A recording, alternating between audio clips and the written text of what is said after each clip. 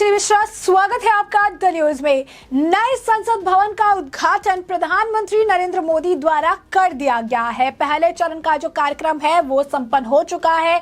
पूजा पाठ हवन के साथ जो है नए संसद भवन के उद्घाटन समारोह की शुरुआत हुई। जो संगोल था उसे जो है स्पीकर के दाएं तरफ जो जगह बनी हुई थी वहां उसे स्थापित भी किया गया और इस इवेंट के बाद तरह तरह के रिएक्शन सामने आए। विपक्षी पार्टियां जिन्होंने इस उद्घाटन समारोह का बहिष्कार करने का फैसला लिया था, जब आज इस उद्घाटन समारोह को किया गया, इस दौरान तरह तरह की ट्वीट्स देखने के लिए मिले।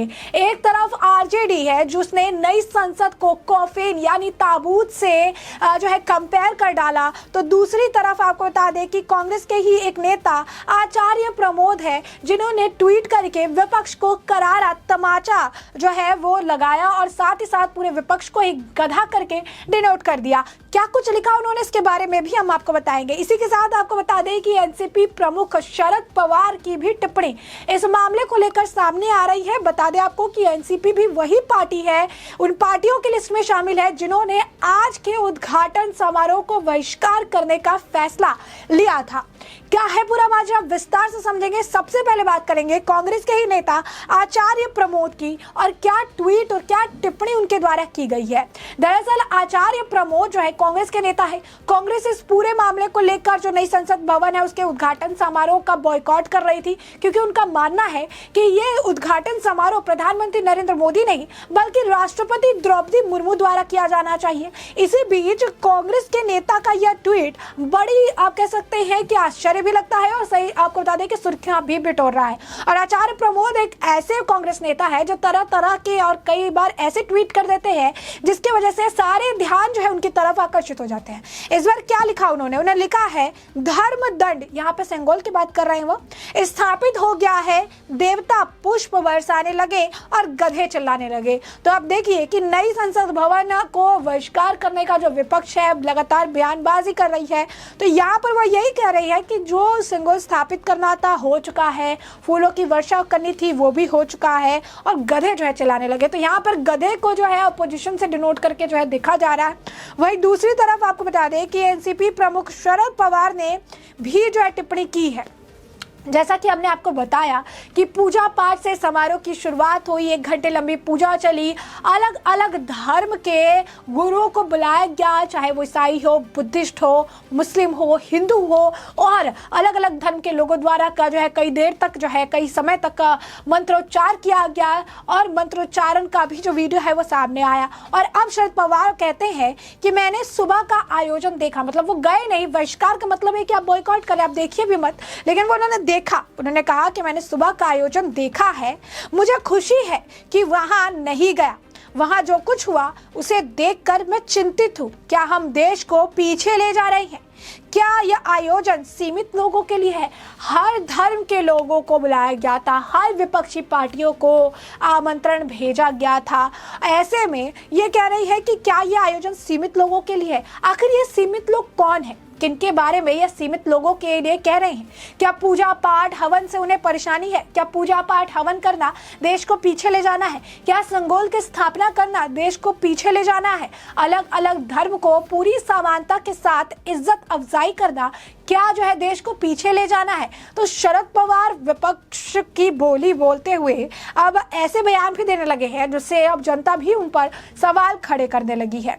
वहीं आपको बता दें कि आरजेडी द्वारा आज सुबह ही एक ट्वीट किया गया, जिस तरीके से उन्होंने संसद भवन के ऊपर की तस्वीर साझा की और इसके आकार पर जो है उसे कॉफिन यानी ताबूत से उसका कंपैरिजन कर डाला। ताबूत से कंपैरिजन करके उन्होंने ट्वीट करके लिख दिया, आखिर ये क्या है? और आपको बता दें कि एक तरफ ताबूत की तस्वीर तो एक तरफ जो है नई संसद की तुलना जो है उन्होंने ताबूत से कर डाली और इसके बाद लोगों की प्रतिक्रिया देखने के लिए मिली। तरह तरह से बीजेपी ने इस मामले को लेकर उन्हें करारा जवाब दिया। उन्होंने कहा कि बिहार की राजनीति में वो समय भी दूर नहीं जब 2025 में होने वाले बिहार के विधानसभा चुनाव में आरजेडी को भी इसी ताबूत में बंद कर दिया जाएगा और लोग इस ताबूत में आखिरी कील ठोकने का काम करेंगे। बीजेपी नेता शहजाद मुनेवाला ने लिखा, ये जो है इनका स्तर है, जिस स्तर पर इतने निचले स्तर पर ये गिर चुके हैं, ये बेहद ही शर्मनाक है। ये बताता है कि आरजेडी की राजनीति में आखिरी जो कील है वो जनता ही ठोकेगी। ये जो त्रिकोण है, जो त्रिभुज है, इसका भारत में, भारतीय सिस्टम में बहुत ही अलग महत्व है, लेकिन कॉफिन हेक्सागोनल है और इसके 6 साइड है। ये बात इन्हें समझ नहीं आती। वहीं आपको बता दें कि जो है इस मामले को लेकर बीजेपी के कई नेताओं द्वारा जो है प्रतिक्रिया देखने के लिए मिली।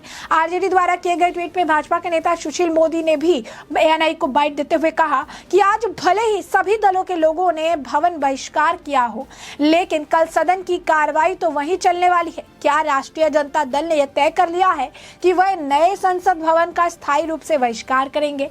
क्या वे लोकसभा की सदस्यता से इस्तीफा देंगे? ताबूत का चित्र दिखाना इससे ज्यादा अपमानजनक कुछ भी नहीं हो सकता है। यही नहीं, आपको बता दें कि ताबूत से कंपैरिजन को लेकर लोग इसे अपमान बता रहे हैं और कह रहे हैं कि ये जो है देश की जनता जो है इनके सबक सिखाएगी और इस लोकतंत्र के मंदिर में आने का मौका ही नहीं देगी। आपको बता दें कि इसी तरीके से आपको जिस तरीके से रिएक्शन जो है देखने के लिए मिल रहे हैं, महाराष्ट्र के मुख्यमंत्री एकनाथ शिंदे की भी प्रतिक्रिया आई। उन्होंने कहा कि प्रधानमंत्री ने सभी को न्योता दिया था, लेकिन विपक्ष को कुछ भी अच्छा करो तो वो उन्हें बुरा लगता है, और जो लोग ताबूत के साथ जो नए संसद भवन की तुलना कर रहे हैं उन्हें जनता जो है जवाब देगी।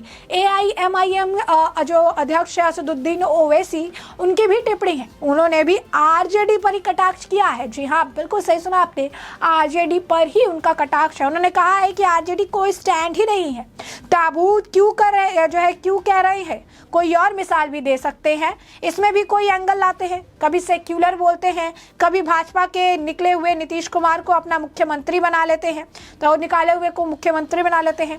वहीं आपको बता दें कि बिहार भाजपा प्रदेश अध्यक्ष सम्राट चौधरी का भी बयान है। उन्होंने कहा यह पूरी तरह जनता तय करेगी। जनता 2024 के लोकसभा चुनाव में और 2025 के बिहार विधानसभा चुनाव में उसी ताबूत में बंद करके राष्ट्रीय जनता पार्टी को समाप्त कर देगी। तो इसी तरीके से आपको बता दें कि जो है तरह तरह के रिएक्शन देखने के लिए मिल रहे हैं। बीजेपी संबित पात्रा का भी रिएक्शन है। संबित पात्रा भी यही कह रही है कि ये समय दूर नहीं है जब इनकी राजनीति को भी इसी ताबूत में बंद करके खत्म कर दिया जाएगा। वहीं आरजेडी के नेता शक्ति सिंह यादव का कहना है कि जो कॉफिन वाला हमारा ट्वीट है वो एक तरह से लोकतंत्र को जिस तरीके से दफनाया जा रहा है उसका प्रतीक है। हम इस तरीके से इसको देख रहे हैं। उन्होंने कहा कि जो जनता है ये इसे कभी भी एक्सेप्ट नहीं करेगी।